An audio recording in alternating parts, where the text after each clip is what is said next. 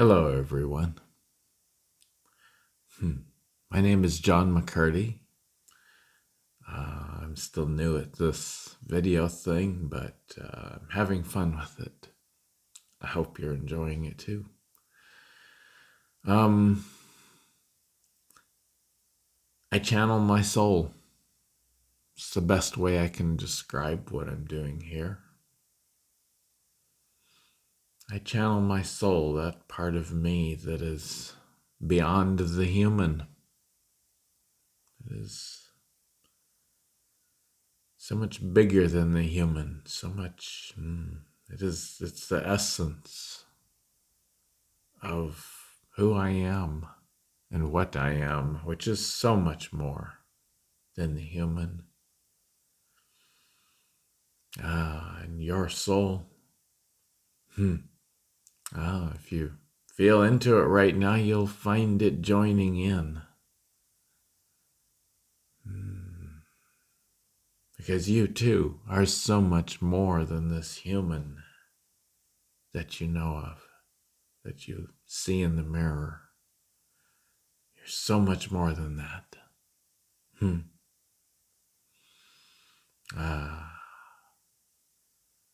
Sometimes I do private channels for people, and my soul connects with their soul, and they have a conversation with their own soul through me. I'm just the translator in that situation. You can find out more information on my website, but every time I have a session with someone and channel their soul, at the end of it, I feel like I have the best job in the whole world. There's nothing like feeling the love that a soul has for its human. And the privilege of feeling that and of channeling that for the human. Oh, it's just incredible. Oh, and you can communicate with your soul directly right now. But most people don't recognize it because the soul doesn't speak so much in words. It speaks in feelings. It communicates in feelings. And I've learned to open up to those feelings and to translate them into words. To make a bridge between you, if you choose, and your soul. Oh.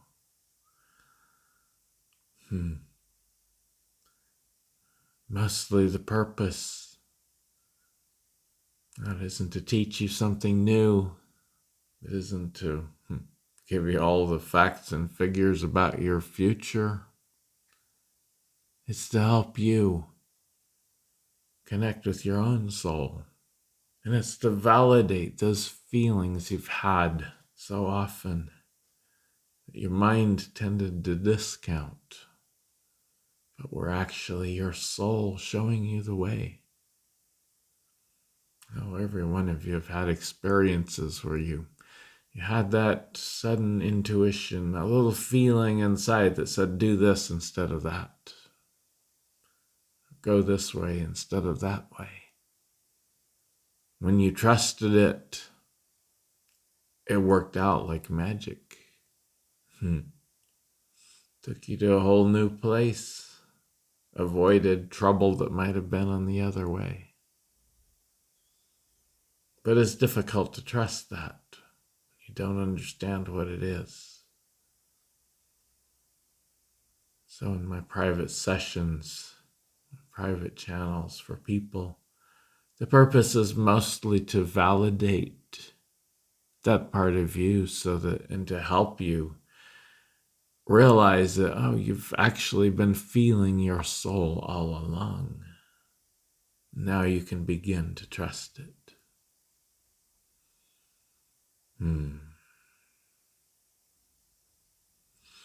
I have a class coming up, begins in just a few days on opening the intuition. We call it a headbander's guide to opening your intuition. Because, well, we'll go into the details in the class.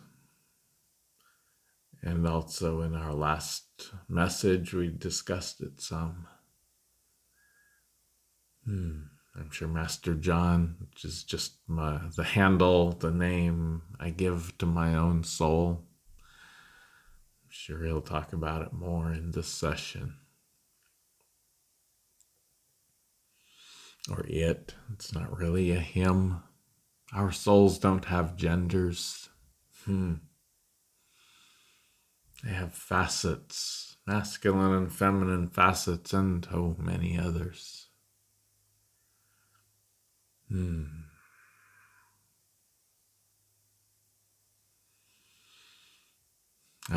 So I'm rambling. Means Master John is ready to take over. So once again, welcome to my channel, a YouTube channel, as well as channeling my soul. Oh, you can find more information at my website, johnmccurdy.com. The link is below the video. You can sign up for the class if you want to, or for a private session.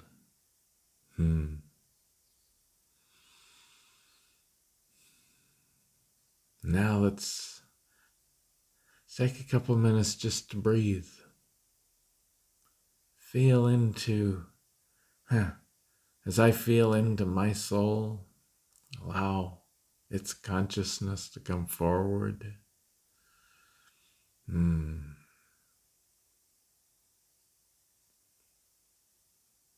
Yes, it has a very special message for today.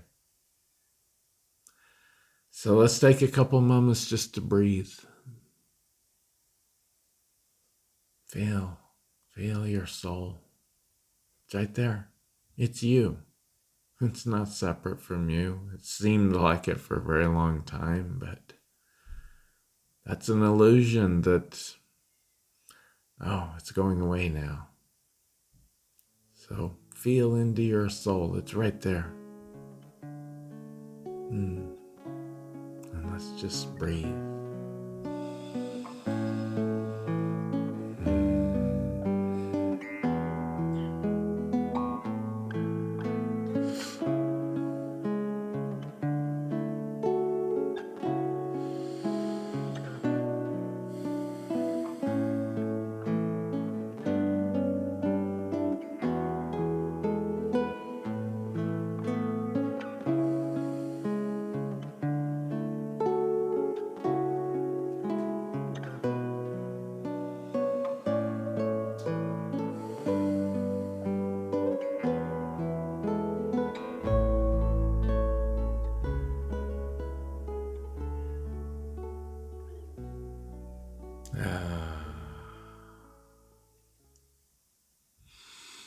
I am that I am. Master John of Magical Service. Here to inspire some magic with you. Not the old kind of magic that's all about power over yourself and your environment and things around you and other people and all of that. No, that's old. It's based on power. It never did work. It always backfired onto the one using it.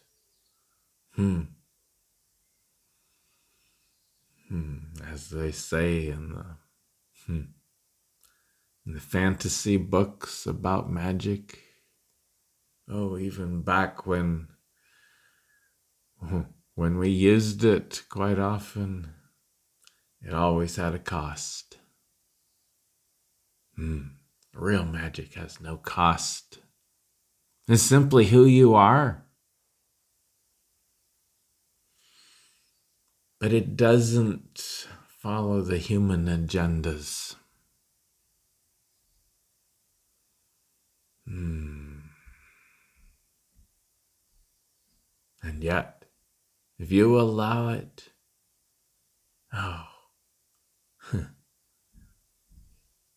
it brings so much real magic into your life. Things just work out. What you need comes to you the moment that you need it. Joy comes to you. Beautiful experiences come to you. Now, sometimes experiences don't feel so beautiful, but if you step back a little bit and you're learning to step back a little bit and just allow the experience, then you see them from a whole different perspective. Begin to see them through your soul's eyes. See, your soul doesn't judge experiences as good or bad. It just wants to have the experience. And when you allow that to happen, the uncomfortable ones get over very quickly. And the beautiful ones, they're so beautiful. They come in ways you never imagined they could possibly come. You find yourself having fun in ways you never thought you could. You find life unfolding for you, in such beautiful ways.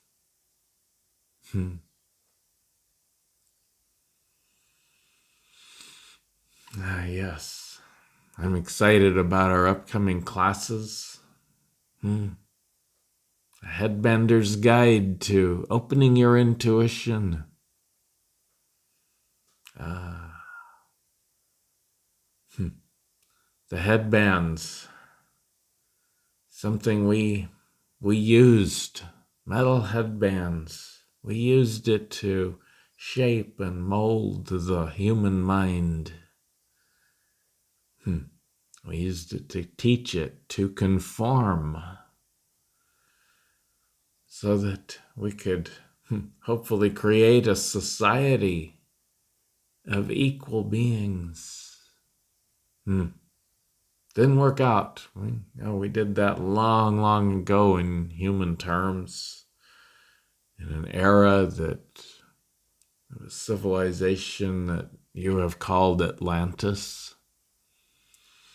It was more of a time period. Civilization centered more in the Central American region of today, but not exclusively there. It was a time of great cooling on the earth. So it was centered mostly in the tropical regions where it was warm enough. But we're not here to talk about those details. A lot of work was done there to choose a form for the human body. Before that, we call the Lemurian Period. Angels, you were coming into all kinds of different creatures that had been created on Earth. You were the dinosaurs. That's why you have so many memories of dragons. One reason. You'd dive into a dinosaur body and ride around for a little bit until you got eaten or got scared and popped out. You'd dive into a bird's body or a fish's body or some animal. You tried out all these different bodies. Took a long time in human terms to learn how to do this. And then came the time of Atlantis. He said, this isn't working so well. We keep eating each other. So let's pick a body to be human, to be angels walking on earth. So body type was picked, the general shape of your modern humans. Went through a lot of evolution and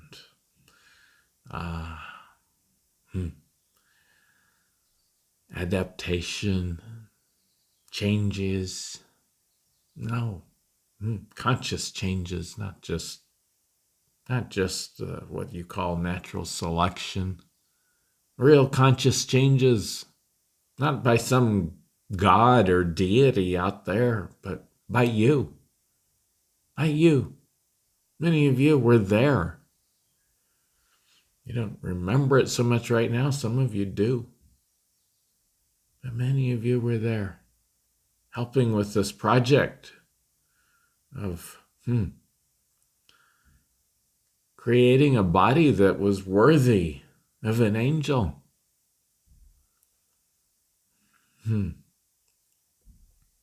So the body was standardized, and then there was the question of the mind.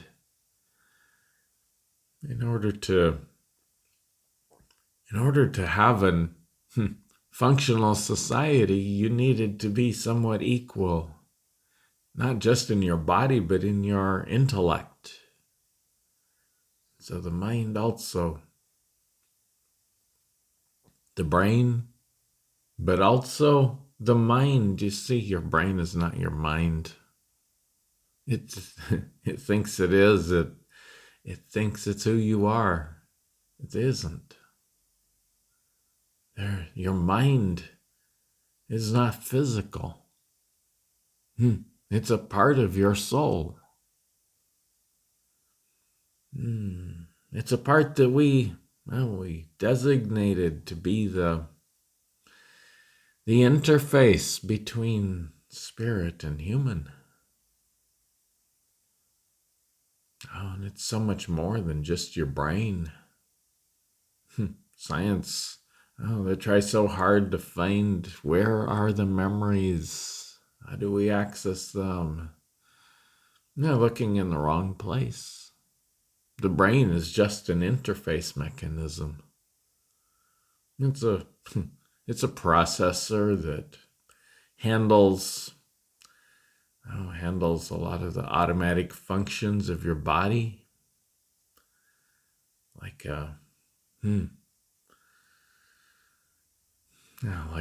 like a computer. But it doesn't. It stores some short-term memories, impressions. Most of your memory is not in the brain. It's outside of the brain. It's in your soul.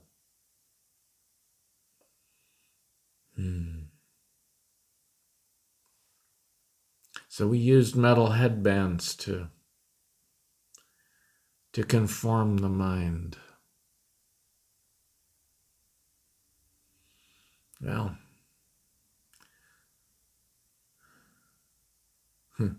we thought if you're going to have a society of more or less equal beings, you need to have some leaders. And so we trained this mind to look to others for their wisdom. And we gave it the job, a very specific job of forgetting its own soul and of actively distracting you from your soul through whatever means, even to the point of killing off the body if that was necessary, to keep you from remembering your soul and the other realms that are beyond the physical. You see, that's your home. This is not your home. This is a playground.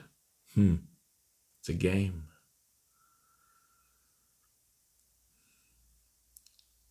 So the mind, besides being the interface between spirit and biology, is also, it's what you call the veil that separates your human consciousness from the non-physical realms that are your real home. And it was necessary in order to fulfill the original purpose of Earth. It was necessary to set up this veil, this programming in your mind to distract you from the real you, to make you forget who you are, to make you look to external authorities for your wisdom. It was brilliant in a way how we set this up, but like everything in life, there were unintended consequences. And forgetting who you were. You could say you went into a deep, dark depression. A lot of confusion.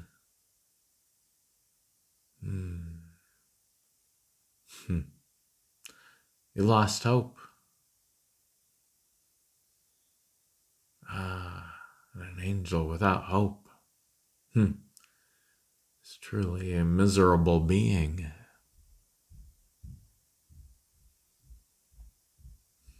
But you lost hope. Forgot who you were. You looked around. You saw your friends getting old and dying, or getting eaten by someone else. And you didn't remember that there's something beyond that. So as far as you were concerned, they were dead and gone. And you knew it was going to happen to you at some point. And so you lost hope. You began to create mythologies. Sometimes someone would feel a little something beyond, and a whole myth would be created around that. At first you thought there were what you call gods, and everything, and they were all in competition with each other. The gods, many, many gods of nature, many, many gods of, everything you could imagine. There was some god associated with that, a god that you had to appease, that was angry and vengeful and in competition with all the other gods. And you had to appease all of these other gods, sacrifice to them, all these things.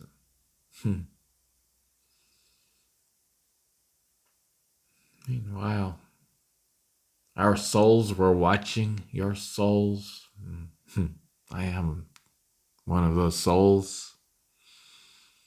That's Master John. We're watching, going, this isn't going quite like we thought. And then you began to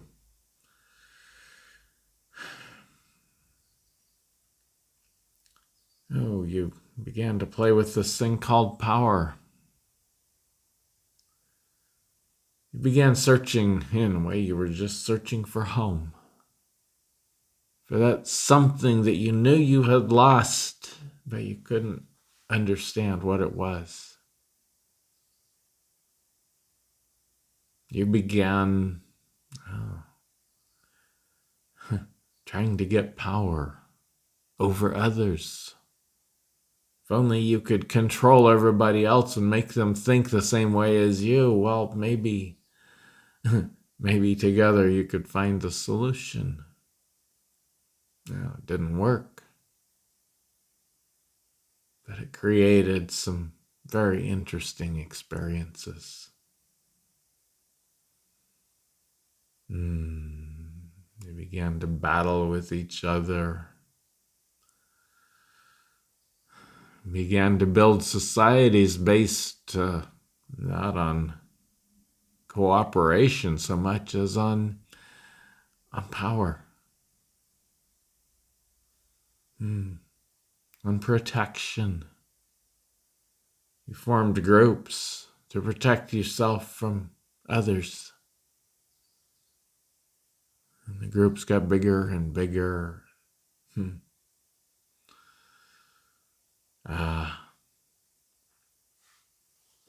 So, your souls watched.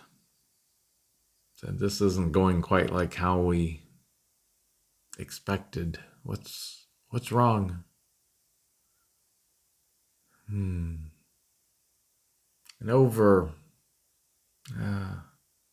eons of what you call time, which was actually part of the setup, part of the illusion. Time doesn't really exist either. It was part of the illusion that it separated you from your soul. Put you in this place where you could have these experiences. Oh, it was no accident. All of this. You look back and go, why did we do all of that? Now we understand. It was in order to fulfill the purpose of Earth. To come to an understanding of how energies work and of who we are. We've gone into that in other places. We'll go into it again in other places. We don't have time to go into the details of that right now. There was no accident in this. Even though so many of you look back on it and go, why did we do that? It was actually necessary in order to get to here. So for eons, we searched and searched and searched for a solution. We didn't understand that power was an illusion.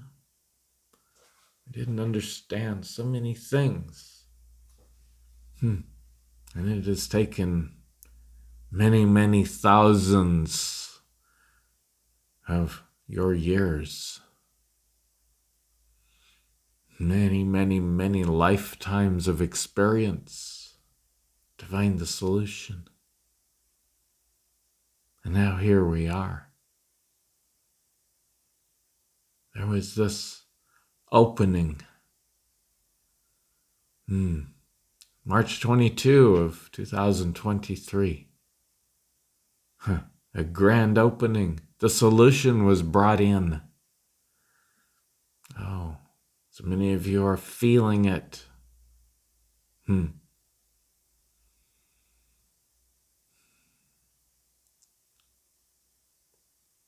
you're wondering what's happening because right now it's not feeling very much like a solution.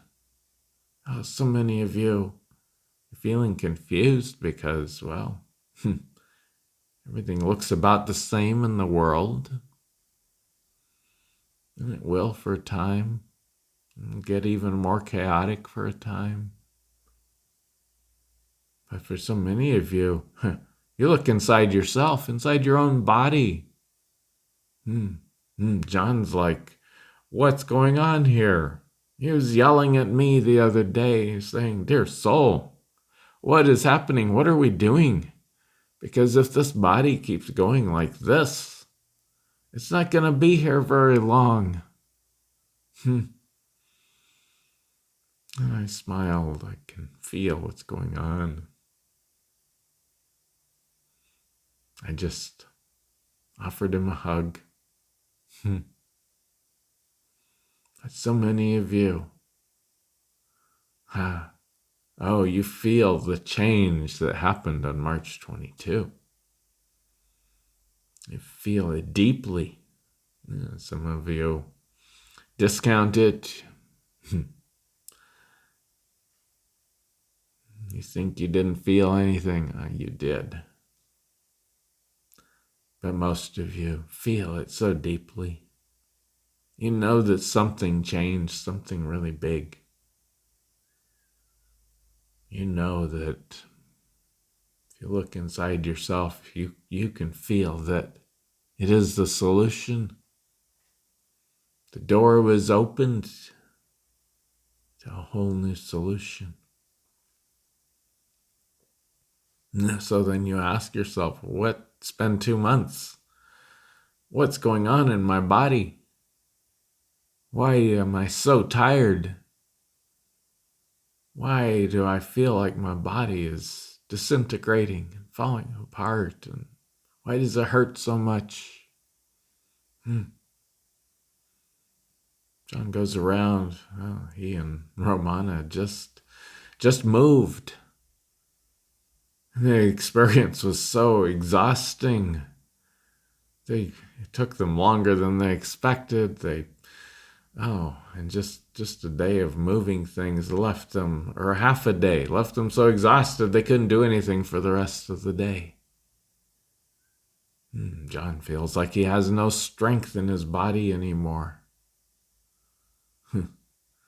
He feels like if it keeps going like this, he's not going to be here very long. Well, dear John, you're not dying anytime soon. We've got too much fun to have. He's not sure if he believes me right now, but that's what I want to talk about today. You see, John's been reading this book. He likes to read these days, mostly fantasies that have something to do with magic. Yeah, it's usually the old kind of magic, but it's still fun. And it distracts his mind from all the challenges of life, helps him to relax and let me take care of those things. Oh, that's so important for you right now. Let go. Let your soul take care of all these things. You've heard that distractions are a bad thing. Well, the kind of distractions where you think you're taking control of your life and fixing your life, well, those will make you miserable and have the opposite effect of what you want. They just delay the process. There's nothing wrong. Your soul doesn't care. But they'll make you miserable. No. But a good distraction for your mind, that's a good thing. An interesting book. Romana prefers to watch videos. Doesn't matter. Whatever helps you to relax. Helps slow your mind down, stop all its questioning and questing for solutions. Those kind of distractions are actually a good thing. The mind goes, but I need to focus on my soul. I need to focus on connecting with my soul and opening my intuition and feeling and fixing and all these things. And no, you don't. You see, you are your soul. I am John. He doesn't need to try to connect with me. He doesn't need to try to feel me. All he needs to do is relax and remember that I'm right here. I'm him.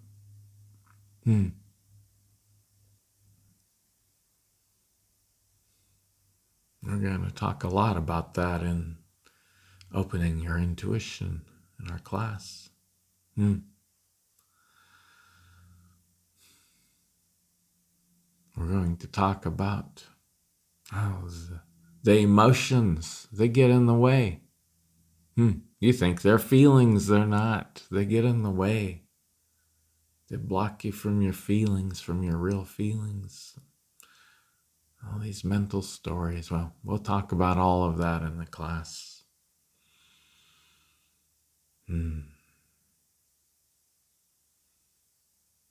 It's not nearly so hard as you think it is. You see, we gave the mind the job of thinking it's so hard to connect with your intuition and with your soul so that you wouldn't be distracted by it. But now, that job is over. Oh, even the mind knows that it's over, although it has trouble letting go of it. It's such a habit. It's no longer needed, and the time has come to simply know that you are soul. You are your soul. You don't need to reach out to it. You don't need to connect with it. It's already there. All you need to do is tell your mind to be still and distract it with something and just let it happen. Your soul is here. It's already managing your life when you let it. And you let it simply by giving your mind something more fun to do. So, here we are, 2 months after the great apocalypse. That's indeed what it was, what it is. It was the beginning of the great apocalypse. It's been prophesied for so long. It was the second coming of the Christ Spirit within you. So here we are, 2 months after that opening. And your body's falling apart, or so it seems. And you're wondering, what's wrong with me? What didn't I get? Yeah, nothing. So, John's been reading this book. It's a book he read years ago and enjoyed it. It's called The Wizard of Earthsea by Ursula Le Guin. And, it's about this fantasy world where there are wizards and sorcerers. And this young man saves his village without realizing that he even had the ability. He saves his village from invaders. That attracts the attention of a mentor who takes him on as an apprentice. A wizard. And then sends him off to the wizard school. And while there, he's a teenager. Gets into a competition with another boy that he doesn't like. And in a fit of anger one day, he tries to prove himself by performing a spell that he doesn't really understand at all. He knows just enough to open the realms. And this creature comes through and attacks him. This dark shadow. It almost kills him until the master of the school comes along and stops it all. But this creature, it's in the world now. It's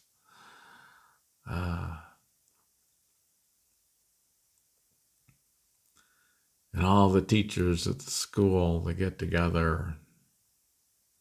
They tell this boy, they say, we don't know what this is, but we know that you're going to have to face it. And until you do, until you find a solution, because we don't have one, until you find a solution to this monster, till either you destroy it or it destroys you, you're stuck with it. You're going to have to deal with it. It can't touch you here at the school, but as soon as you leave, it'll find you. So he goes through a couple more years of school, always in fear of what he's going to have to face. Finally, it's time to leave. And sure enough, this monster, this shadow, comes after him. And it almost succeeds in taking him over. And the fear is that if it takes him over, it'll take over his body and become a very great evil walking around on the earth. So he fights it as best he can. It almost destroys him. Finally, he gets away. It's a beautiful story, actually. He gets away. He goes back to his former master, the wizard who he apprenticed to, recovers from his injuries and his exhaustion. And the mentor tells him, I don't know what your solution is. Only you can find that. But I can tell you that you need to change your direction. Because as long as you're running from it, it has the power. You need to turn and hunt it until you find the solution. So he did. And the next time he found it, he went toward it instead of running away. Well, the shadow immediately turned and ran. I wasn't expecting that. So then he became the hunter and met up with it a couple more times. It almost destroyed him, but not as close as the times before, because this time he had more of the power, but he still couldn't touch it. He couldn't defeat it. It would simply run, and it tricked him into things that almost killed him.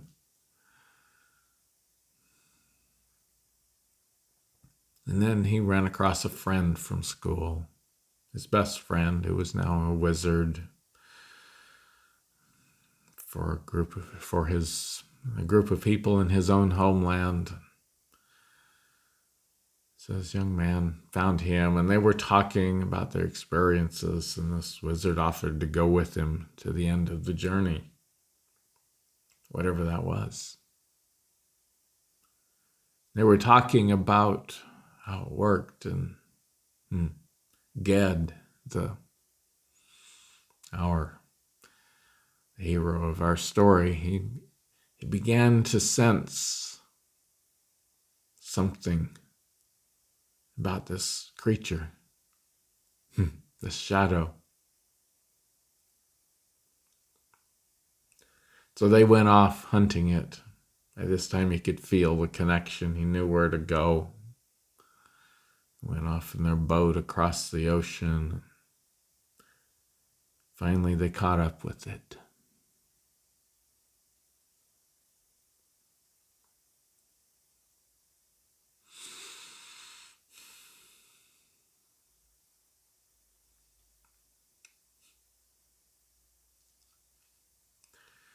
And this is where the story became so meaningful for John.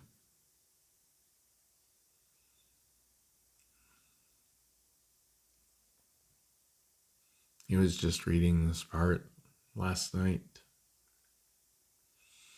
So Ged, he caught up with this shadow. They couldn't avoid each other any longer. They knew that this was it. And they faced each other. And Ged called it by its name. Its true name. He called it Ged. And he reached out and gave it a hug. And in that moment,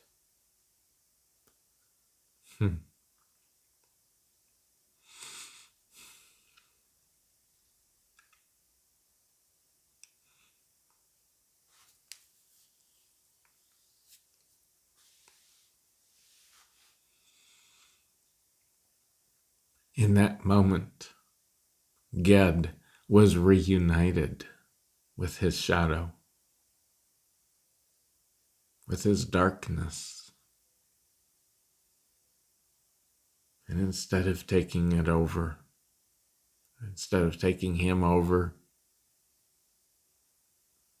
it integrated with him. And he became one of the greatest, most kind and loving wizards of the era.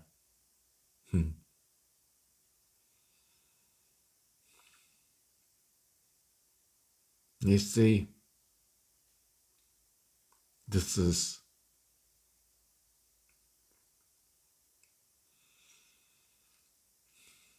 what you are doing right now. This is what John is doing, what I am doing. We are facing our shadows. The opening 2 months ago, it opened the door so that we could do this. Oh, you've heard for years, the darkness is your divinity. And this is what it means.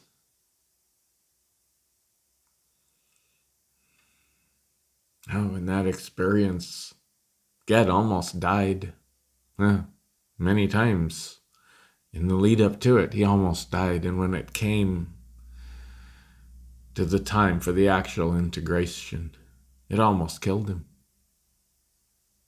It took him a while to recover, to rest from the experience and to recover. Because, you've pushed that shadow away for so long.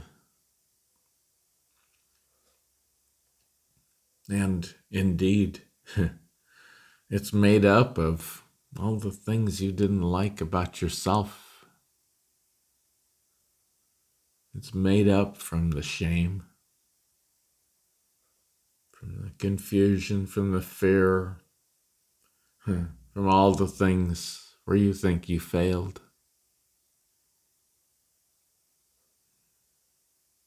And, yes, if you run from it, as you have been for most of your lifetimes on earth, and for most of this lifetime, you've been running from that shadow of yourself. And when you run from it, it comes and it takes your power. If it gets enough of your power, it takes over and destroys your life and the lives of others around you and becomes evil. What you call evil. But you see, all it really wants is to come home. You banished it away. You drove it away from yourself, in a sense. And it just wants to come home. In another sense, it agreed to hide away, to take all these things you didn't like about yourself and hold them for you so that you could have your experiences. But you both knew at some point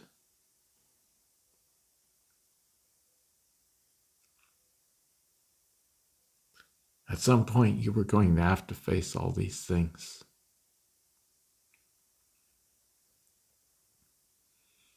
And that point is now. You heard this grand statement years ago when you said through the ascended master Tobias, you said, our darkness is our divinity. You said, oh, yeah, finally we get that. Such a beautiful concept. That's all it was at that point. It was a concept. And yes, a very beautiful concept. Oh, now it's getting real. Now there's no more time for it to be a concept. Now it's real. Now it's standing there looking at you. You're looking at it. You see, it's not just the darkness of you. It's not just what you might call the evil parts of you. It's not just your shame. Something even bigger than that, even deeper than that. It's the shadow of death. Oh, death. This thing. I began to experience that when you first came to Earth. You come into a body and something would eat that body. Or it would fall off a cliff and die, or whatever. All these things would happen to it and you would die. You saw your friends die. And you knew you were going to die at some point and there was no way around it. And as far as you knew, that was the end. That was it. You couldn't remember your soul because it was blocked off. So death became the big evil, the biggest darkness of them all. And that's what you're facing right now. You're looking in the eyes of this death monster.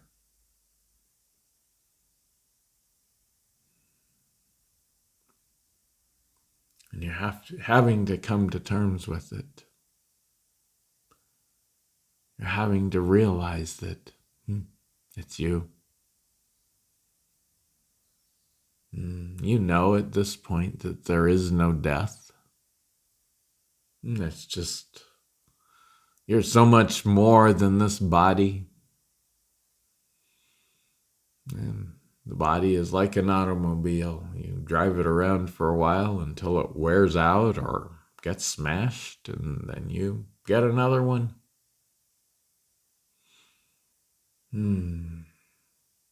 Except that you are in the process right now of going beyond that, changing that whole dynamic.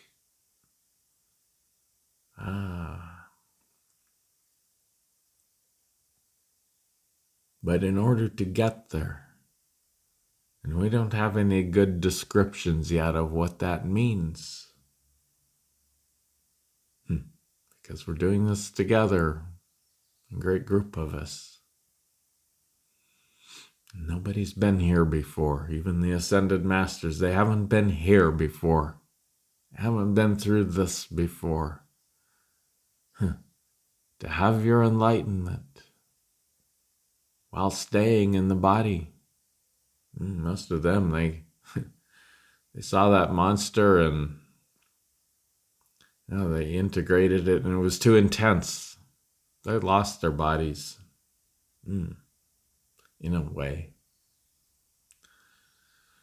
You are at that place right now. You are integrating death itself. And all of that dark shadows that have collected over,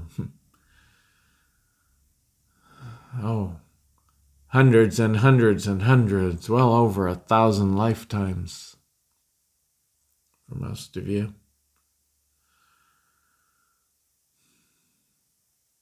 You are integrating that right now. You're staring it in its face. You're coming to terms with it. That's why your body feels like it's falling apart right now.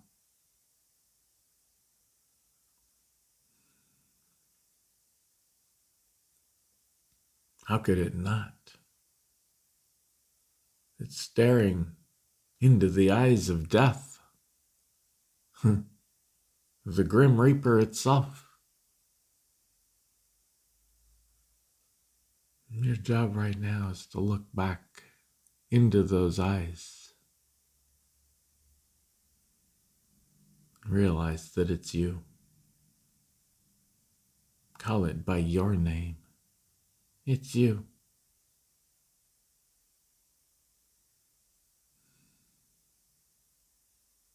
And allow the process to happen.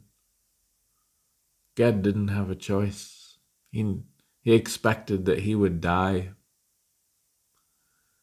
in this journey, this experience. He fully expected that he would die. He only hoped that he could somehow die in a way that would not unleash this horrible evil on the world. But he didn't have much hope of that.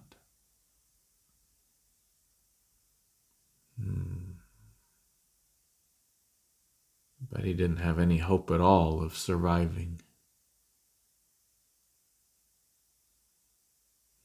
And yet he went to meet his monster. Because he didn't have any choice. And at this point, you don't really have any choice either. If you're here, you're listening to this message, you don't really have a choice. You know, there's no going back. The jig is up, so to speak. Now comes the integration. And that's the only solution there is. Now you have to look into the eyes of that darkness, of your shadow, of your death. And you have to call it by your name.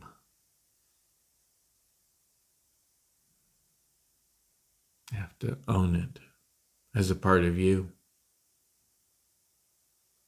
You have to give it a hug, even though you know that hug is going to destroy you. You have to give it a hug. But the thing is, just like Ged, it won't destroy you. It'll give you back your life in a whole new way. Beautiful, amazing way.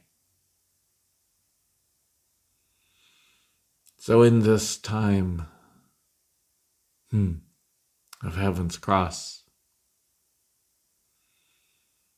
in this time of the apocalypse, of the grand second coming,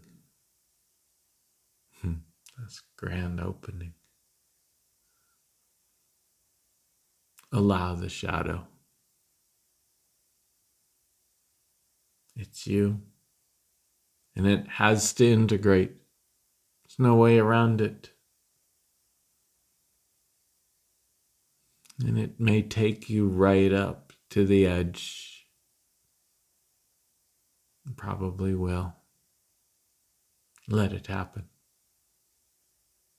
Even if it takes you over the edge, it will be different than any time before. And if that's your journey, then that's your journey. Let it happen. When you fight this shadow, this seeming evil, makes it hurt worse. That's all. And at some point, in order to go forward from here, at some point, you have to let it in. You have to embrace it. You have to own it.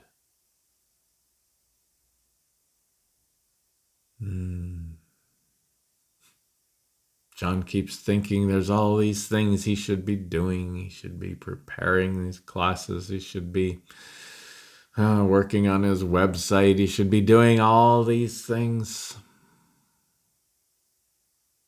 I keep reminding him,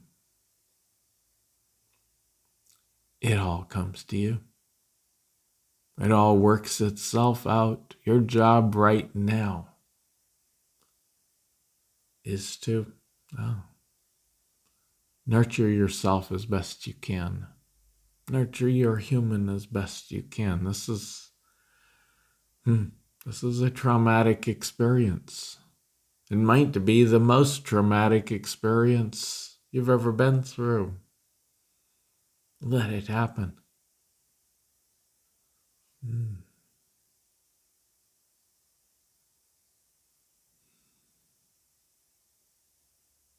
Yea, though I walk through the valley of the shadow of death, thou art with me. Thy rod and thy staff, they comfort me. To quote the great poet, King David, from long ago. Well, he was thinking of this God out there in the sky. But he knew there was something deeper than that. He didn't know what it was or how to express it, but he knew.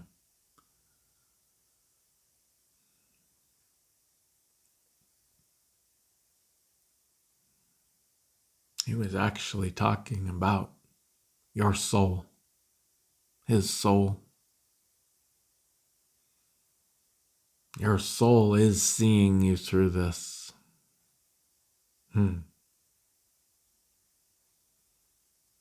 It doesn't need the power of a rod or a staff. Those are simply focus points for power. It just needs you to let go. Nurture yourself. Take a warm bath if you're drawn to that. Read a book, preferably a silly story, a fantasy. It's been years since John could read a quote-unquote good book. The ones about all the problems in society and in yourself and how to fix them all. He read those for years when he was first waking up. The point came where he couldn't. He just can't read those anymore. Because I won't let him. Because most of them are, they served a purpose in their time, but now they're just nonsense for him. But a good fantasy, a good story to distract the mind. That's a good thing. Or movies or whatever feels calming and relaxing to you, whatever distracts your mind so that this incredible integration can happen. And the thing about dying is that at this point it's up to you. If you've chosen to be here, trust that. Act on that choice. Let the death happen because it has to, but know that it's not going to take you out like it would have before. Oh, it's going to change everything in your life. Let it. But you don't have to leave the planet or leave this human experience. Unless you want to. Then you're welcome home. You've completed your journey. If you're here, you've completed your journey. You're welcome home anytime.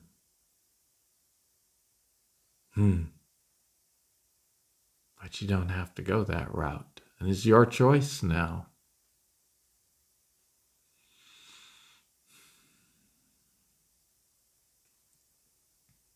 So let it happen. This integration has to happen.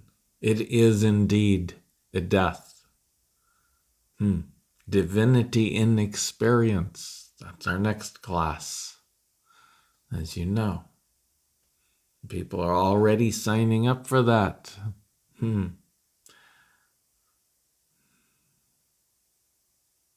D-I-E, die. As the great one, dear Yeshua, Jesus of Nazareth said, unless you die and are born again, you cannot enter into the kingdom of heaven. Well, that doesn't mean your body has to die. But it's going to come very close.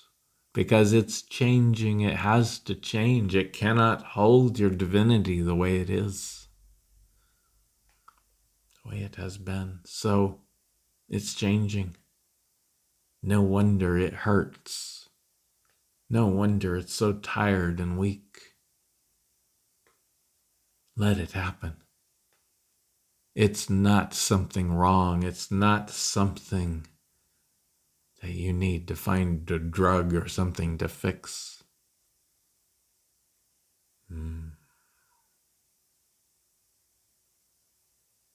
It's you integrating your shadow, your darkness, your death.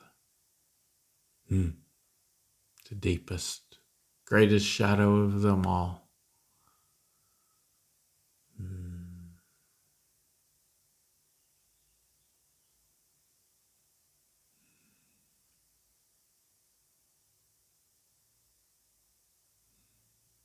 When John was a child, his parents were Christians. And they would go to the library. They didn't have very much money, so they'd go to the public library and they'd get out this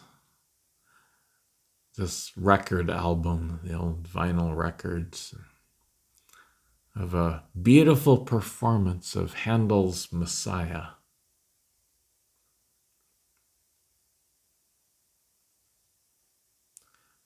And John and his sister would get into that music.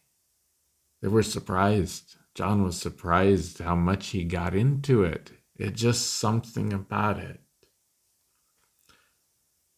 felt so deeply for him. No, he'd listen to the Christian teachings and preachers and everything, try to understand, and he couldn't. Yet something about that music, Handel's Messiah, something about it just called to his soul, called to his heart. And he would listen and listen. And his sister listened to that music so much that they, over the course of a year or two, they literally wore out those final records. Apologies to the library, but it served a purpose. And then, years went by. And around the time of this Heaven's Cross, as it's been called, a couple of years ago, John started to realize the significance of what was happening. And how this is what the Messiah was all about.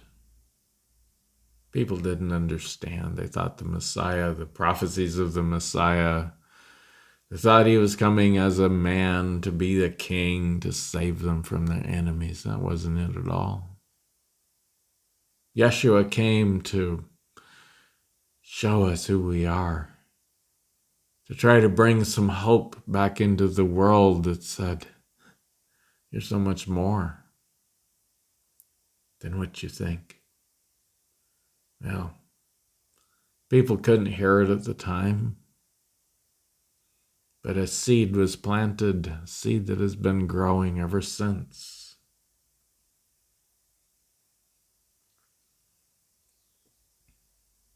And now, that seed has blossomed. Now it is fulfilled. And that, John happened across that performance on the internet of the Handel's Messiah, that same performance from so long ago. He got into it again. And suddenly,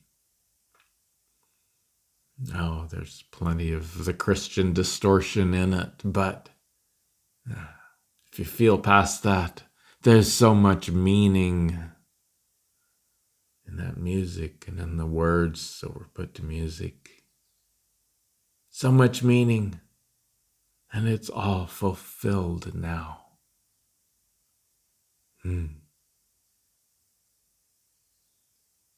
Death has indeed been overcome, not by defeating it, but by bringing it home.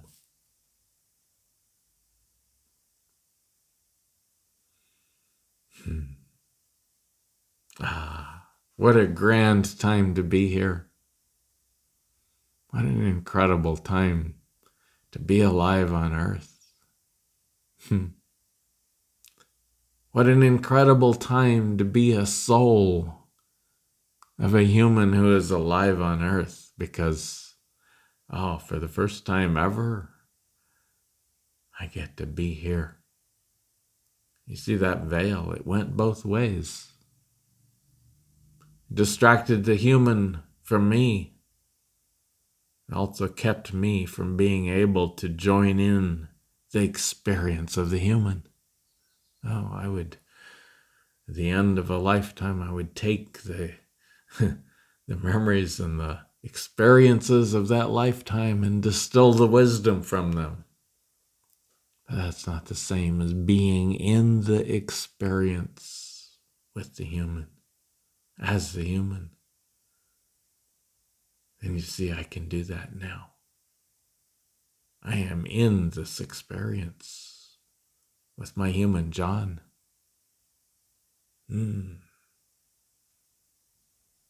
So, but I'm here with my wisdom, and I know not to fight this experience. I know to just be with it. I'm helping John to just be with it. Yes, it hurts. It does hurt. But that's not something wrong. That's a part of the experience. It's not something that you need to fix. Just take a breath. Allow me to share the experience with you. It's not going to make it go away immediately. So you're not doing anything wrong if you keep on hurting for a while. But hurting, pain, is actually a mental perception, so it's not going to kill you. Let it hurt. It will be over at some point soon. It will be over. The other challenges in your life, they'll be over too.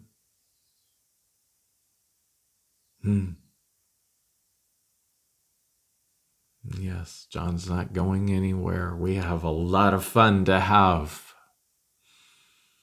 A lot of you to meet and interact with. Perhaps have some live in-person classes here and there. We'll see.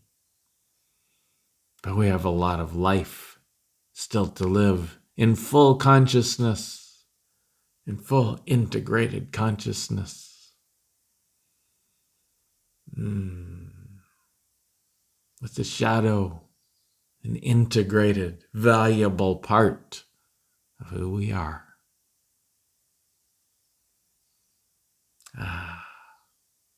Such a grand time to be here. Don't miss it. Don't try to miss it. That just makes it hurt worse. Just be with it.